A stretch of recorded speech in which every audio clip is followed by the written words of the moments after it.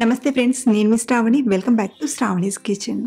ఈరోజు మన శ్రావణీస్ కిచెన్లో కృష్ణాష్టమి స్పెషల్గా అటుకులు పూల్ మఖనా కాంబినేషన్తో మంచి రుచికరమైన పాయసాన్ని ఈ వీడియోలో మీతో షేర్ చేసుకోబోతున్నానండి. ఈ పాయసం క్రీమీగా చాలా బాగుంటుంది. రుచి చేయడం కూడా చాలా చాలా తేలికండి. ఒక 10-15 నిమిషాల్లోనే తయారైపోతుంది. సో మీరు కూడా ప్రసాదంలోకి మంచి స్వీట్ రెసిపీ చేయాలనుకుంటే తప్పకుండా ఈ పాయసాన్ని ట్రై చేయండి. చాలా బాగా ఎంజాయ్ చేస్తారు. మరి లేట్ చేయకుండా పోహా మఖనాతో పాయసం ఎలా చేయాలో ఇప్పుడు చూపిస్తాను రండి. ముందుగా ఒక గిన్నెలోకి అరకప్పు అటుకులను తీసుకోండి. ఇక్కడ మనం సన్నటి అటుకులు కాకుండా లావు అటుకులను తీసుకోవాలి. సో ఇలా తీసుకున్న అటుకులను ఒకసారి బాగా కడిగి రెడీగా పక్కనుంచండి.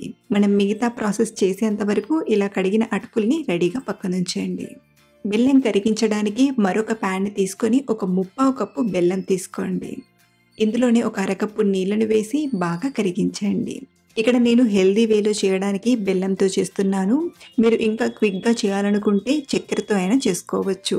చక్కెర అయితే ఒక అరకప్పు తీసుకుంటే సరిపోతుంది.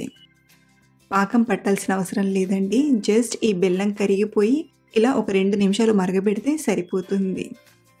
ఇప్పుడు ఈ బెల్లం నీళ్ళు కంప్లీట్గా చల్లారిపోయేంత వరకు రెడీగా పక్కనుంచుకోండి.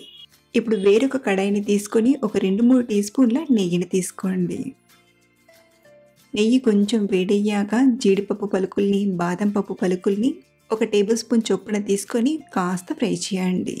ఇవి ఇలా కొంచెం ఎరుపు రంగులోకి వచ్చాక ఇందులోనే కొన్ని కిస్మిస్లను కూడా తీసుకొని అన్నిటినీ బాగా ఫ్రై చేసి ఒక గిన్నెలోకి తీసుకొని రెడీగా పక్కనుంచండి.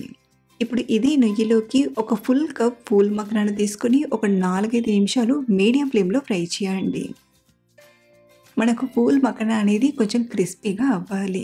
ఇలా మనం అటుకులు పూల్ మఖనా కాంబినేషన్తో ఈ పాయసం టేస్ట్ అయితే చాలా చాలా బాగుంటుందండి. ఒక 4-5 నిమిషాలు ఇలా చక్కగా ఫ్రై చేశాక ఒక మఖనా తీసుకొని ఇలా నొక్కి చూసామంటే సో కొంచెం సౌండ్ వస్తూ ఇలా క్రంచీగా వచ్చేంత వరకు ఫ్రై చేశాక వీటిని ఒక ప్లేట్లోకి తీసుకొని రెడీగా పక్కనుంచండి. ఇప్పుడు ఈ కడాయిని కొంచెం కడిగి కానీ లేదా ఇందులో ఉన్న ఆ చిన్న చిన్న పార్ట్స్ అన్ని టిష్యూ పేపర్తో తుడిచైనా తీసుకోండి. అలాగే మనకు కడాయి కూడా కొంచెం వేడైపోయింది కదా, కాబట్టి 1-2 టీ స్పూన్ల నీళ్ళను తీసుకొని ఆ తర్వాత పాలను తీసుకోండి. దీంతో మనకు పాలనేవి కింద అట్టులా తయారవ్వకుండా ఉంటుంది. అలాగే పాలొచ్చేసి ఇక్కడ నేను 1/2 లీటర్ వరకు వాడుతున్నాను. మీకు పాయసం ఇంకా పల్చగా ఉండాలనుకుంటే ఎక్స్ట్రాగా మరో 1/2 లీటర్ వరకు పాలనైనా లేదా నీళ్ళనైనా వాడుకోవచ్చు. సో ఇలా తీసుకున్న పాలను వేడి చేయండి. ఒక పక్కన పాలు వేడవుతూ ఉంటాయి, మరో పక్కన మనం ఫ్రై చేసిన పూల్ మఖనాను గ్రైండ్ చేసి తీసుకుందాం. సో మనం ఫ్రై చేసిన ఈ పూల్ మఖనా మొత్తం వేయకుండా కొంచెం మిగిల్చి మిగిలినవన్నీ తీసుకోండి. ఈ మిగిలిన పూల్ మఖనాను డైరెక్ట్గా పాయసంలో అలాగే తీసుకుందాం. అలాగే వీటితో పాటు ఒక 4-5 జీడిపప్పు పలుకుల్ని తీసుకోండి. దీంతో మనకు పాయసం రుచి ఇంకా బాగుంటుంది. మీరు కావాలంటే కాజు వేయకుండా అయినా చేసుకోవచ్చు. సో ఇలా తీసుకున్న వీటిని బాగా గ్రైండ్ చేయండి. మనకు ఇది మరీ మెత్తగా రాదు, ఇలా కొంచెం బరకగానే ఉంటుంది. మరో పక్కన పాలు కూడా చక్కగా వేడవుతున్నాయి. ఇప్పుడు ఇందులోకి మంచి ఫ్లేవర్ కోసం కొంచెం కుంకుమ పువ్వును తీసుకోండి. మీ దగ్గర కుంకుమ పువ్వు లేకపోతే ఈ స్టెప్ని స్కిప్ చేసేయండి. ఇలా కుంకుమ పువ్వు వేయడం వలన మనకు పాయసం అనేది కొంచెం కలర్ఫుల్గా వస్తుంది. సో ఇలా ఒకసారి బాగా కలిపాక ఇప్పుడు ఇందులోకి కడిగి పెట్టిన అటుకులను తీసుకోండి. అలాగే మనం గ్రైండ్ చేసిన పూల్ మఖనా పౌడర్ని కూడా తీసుకొని ఒకసారి అంతా కలిసేలా బాగా కలపండి. ఇలా కలిపి ఒక 2-3 నిమిషాలు ఉడికిస్తే సరిపోతుంది. మధ్య మధ్యలో కలుపుతూ ఉడికించండి. ఇలా ఒక 3 నిమిషాలు ఉడికించిన తర్వాత ఇందులోకి పూల్ మఖనాను తీసుకోండి.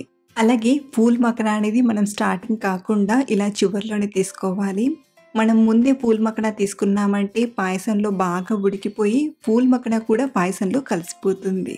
కాబట్టి అలా కాకుండా ఇలా ఒక 2-3 నిమిషాలు ఉడికించిన తర్వాత పూల్ మఖనాను తీసుకోండి. ఇలా ఒకసారి కలిపాక ఇప్పుడు ఇందులోకి బెల్లం సిరప్ని తీసుకుందాం. ఇలా మనం బెల్లం పాకాన్ని తీసుకునేటప్పుడు ఖచ్చితంగా బెల్లం పాకం అనేది కంప్లీట్గా చల్లారిపోయి ఉండాలి. అలాగే ఫ్లేమ్ని కూడా లో ఫ్లేమ్లో పెట్టి కానీ లేదా స్టవ్ ఆఫ్ చేసి కానీ ఇలా బెల్లం పాకాన్ని తీసుకోండి. ఇలా తీసుకోవడం వలన పాలనేవి విరిగిపోకుండా చాలా ఈజీగా చేసుకోవచ్చు. ఇక్కడ నేను మంటను లో ఫ్లేమ్లో పెట్టి తీసుకున్నాను. ఒక 2 నిమిషాలు ఉడికించామంటే మనకు ఈ పాయసం రెడీ అయిపోయినట్లే. చివరిగా మనం ఫ్రై చేసిన డ్రై నట్స్‌ని అర టీ స్పూన్ యాలకుల పొడిని తీసుకొని కలపండి. అంతే, ఇలా మనం సింపుల్ మెథడ్‌లో కమ్మని పాయసాన్ని చేసుకోవచ్చు. ఇప్పుడు స్టవ్ ఆఫ్ చేసేసి వేడి వేడిగా సర్వ్ చేసుకోవడమే. ఈ పాయసం ఉదయం ప్రసాదం కోసం చేయడానికి పెద్దగా టైం పట్టదు. అలాగే ఈ పాయసం రుచి ఇంట్లో వాళ్ళందరినీ ఆకట్టుకుంటుంది. కాబట్టి తప్పకుండా ఒకసారి ట్రై చేయండి. అలాగే ట్రై చేశాక మీకు ఎలా వచ్చిందో కింద కామెంట్‌లో చెప్పడం మర్చిపోవద్దు. మరిన్ని టేస్టీ అండ్ సింపుల్ రెసిపీస్ కోసం మన ఛానల్‌ని ఫాలో అవ్వండి. Thank you for watching.